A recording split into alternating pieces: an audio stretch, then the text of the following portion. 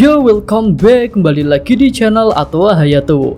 Bagaimana kabar nakama sekalian? Semoga selalu baik-baik saja.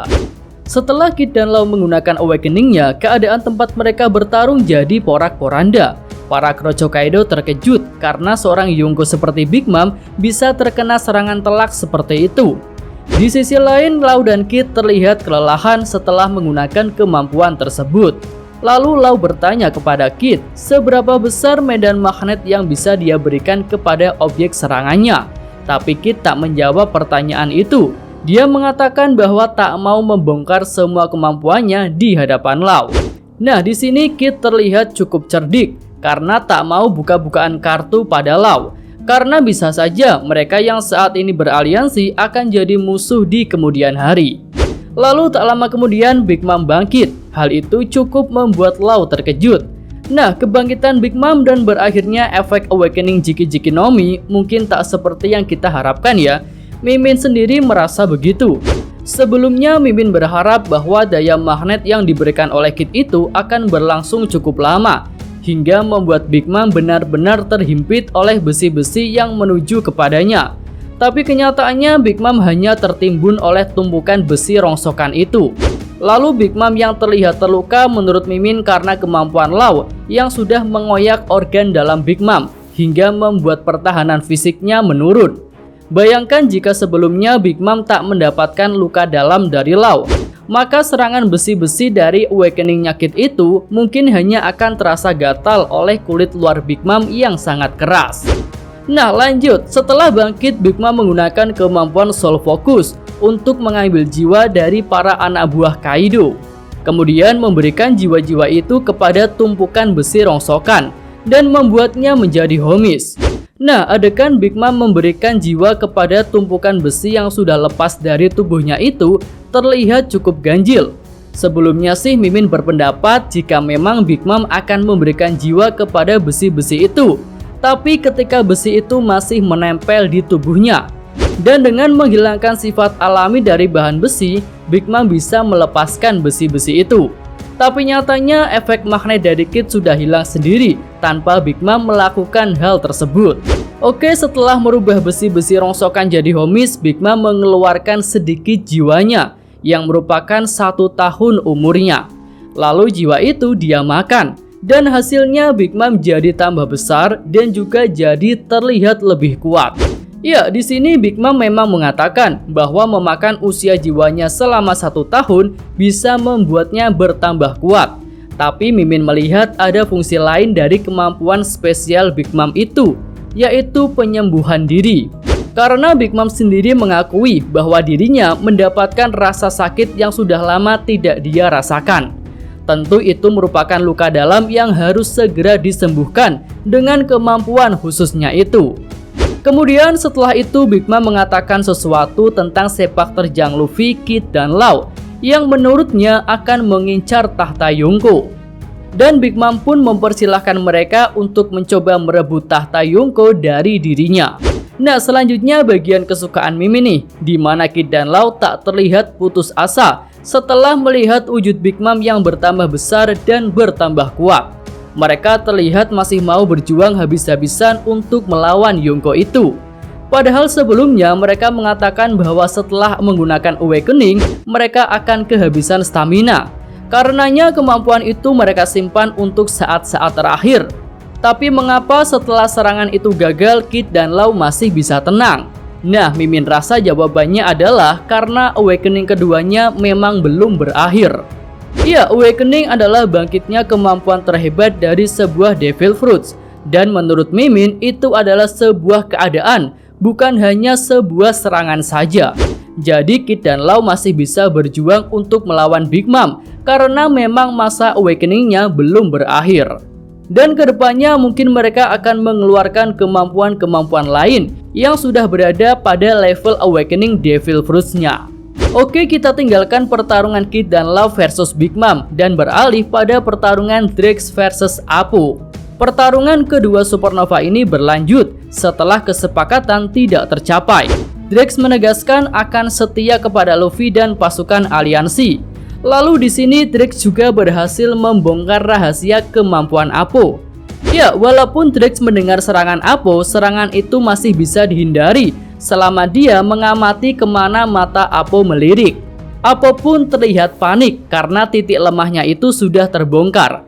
Bahkan dia meminta Drax untuk tak mengatakan hal itu kepada siapapun. Namun Apo tak mau menyerah. Walaupun kemampuannya sudah terbongkar, dia berkata masih memiliki 3 numbers yang bisa dia suruh untuk melawan Drax. Nah, di sini Drax menyatakan diri untuk setia kepada Luffy ya, tapi Mimin rasa itu bukan 100% alasannya. Jika berpikir secara pendek, tawaran Apo untuk nyampah memang menggiurkan. Tapi jika dipikir secara lebih jernih, maka hal itu akan terlihat sangat sulit. Karena untuk nyampah sekalipun dibutuhkan kekuatan yang besar, dan paling tidak sebanding dengan salah satu pihak yang sedang bertarung. Misalnya Kurohige yang sukses nyampah di Marineford karena saat itu kekuatannya memang sudah cukup besar. Dan dia juga membawa para tahanan Impel Down yang sangat berbahaya. Lalu bandingkan dengan Apo dan Drax yang kemampuannya tentu tak seberapa jika dibandingkan dengan orang-orang kuat yang saat ini sedang bertarung. Secara kasar, Mimin melihat kedua karakter ini tak lebih kuat dari Luffy, Zoro, Sanji, Yamato, Kid, dan juga Law. Atau mungkin mereka masih lebih lemah daripada Jinbe dan Brook. Lalu apalagi dibandingkan dengan para All-Star serta para Yonko? Masih jauh banget lah. Jadi secara logika, pilihan Drax untuk menolak tawaran Apo itu sudah sangat tepat. Karena rasio keberhasilannya sangat kecil, walaupun dibantu oleh 3 numbers sekalipun. Lanjut, ketika Drax dan Apo sedang bertarung, Yamato menerjang masuk ke ruangan itu. Lalu dia pun terkejut ketika melihat Apo dan Drax. Nah, di sini Apo mencoba untuk merayu Yamato agar mau bergabung dengannya karena Drax sudah tak bisa diharapkan. Tapi karena terlalu terburu-buru, Yamato tak mau mendengarkan tawaran dari Apo. Sementara itu Yamato langsung menyerang Drax yang dia anggap masih menjadi bawahan Kaido.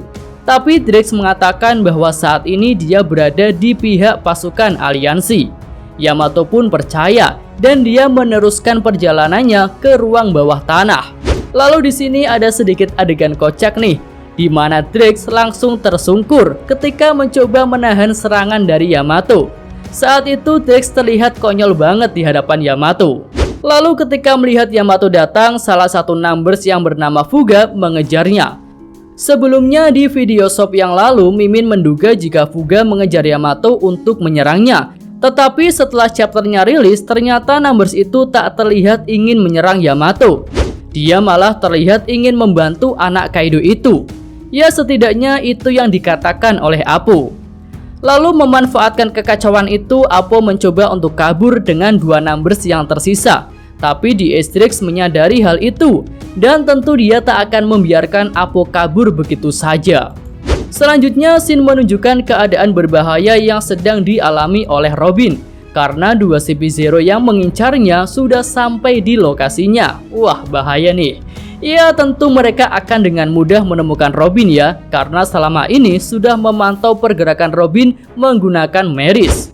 Para pasukan Suku Ming mencoba menghalangi kedua CP0 itu, tapi tampaknya usaha mereka sia-sia, karena kedua agen pemerintah dunia itu terlihat sangat kuat. Brook pun langsung kabur membawa Robin, tapi salah satu anggota CP0 langsung bergerak cepat dan menggunakan kemampuan Soru.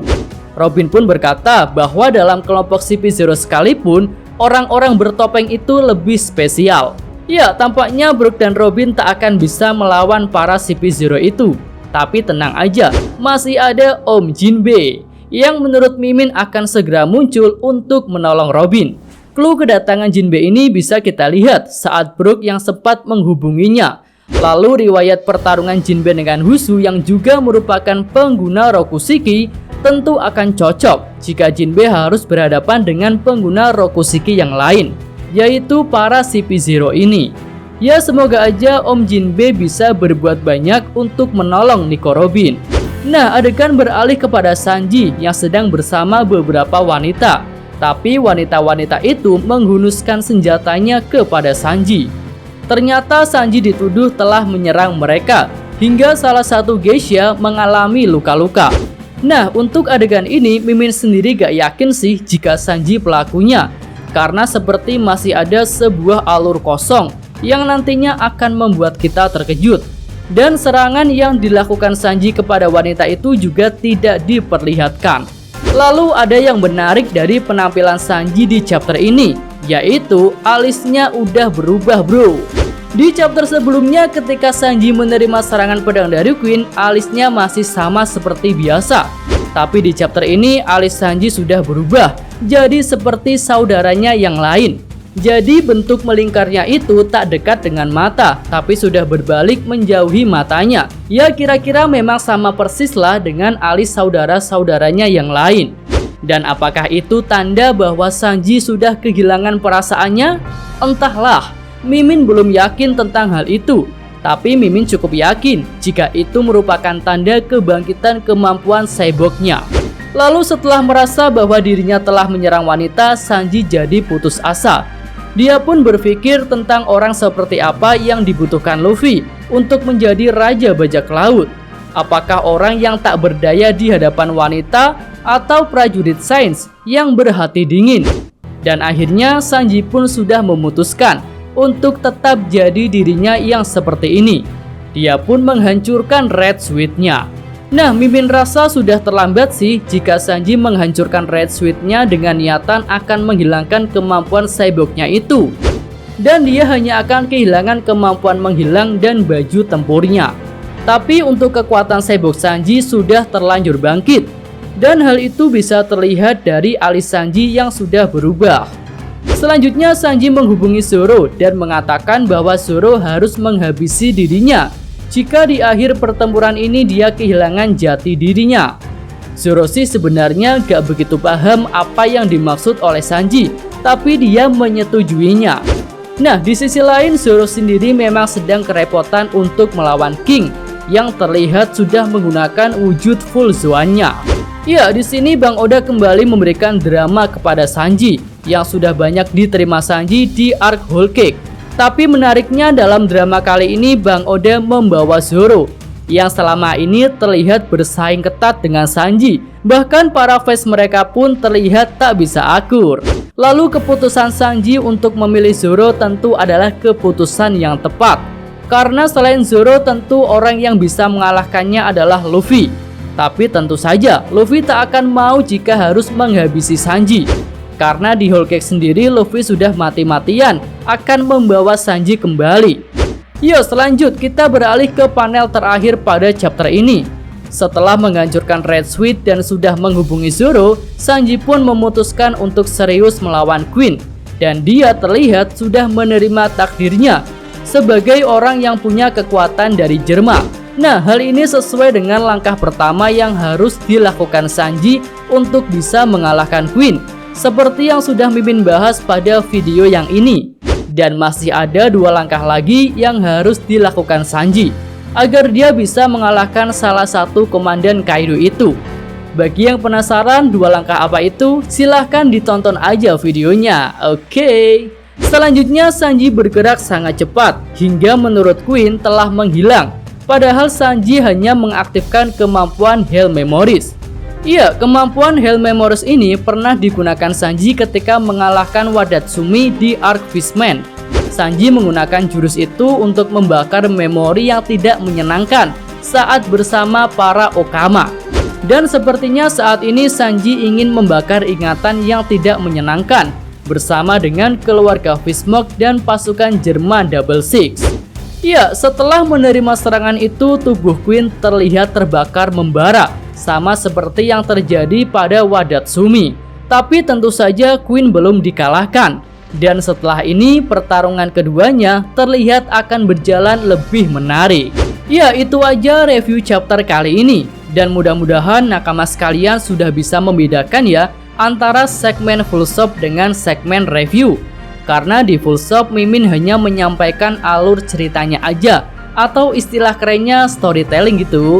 Tapi di review ini beda, Mimin kupas bagian-bagian menariknya agar kita bisa melihat bagian dalam dari chapter ini. Oke, terima kasih. Ya, cukup sekian video kali ini. Semoga nakama sekalian menyukainya. Terima kasih udah nonton, jangan lupa like-nya dan subscribe channel Atowa Hayato. Yo!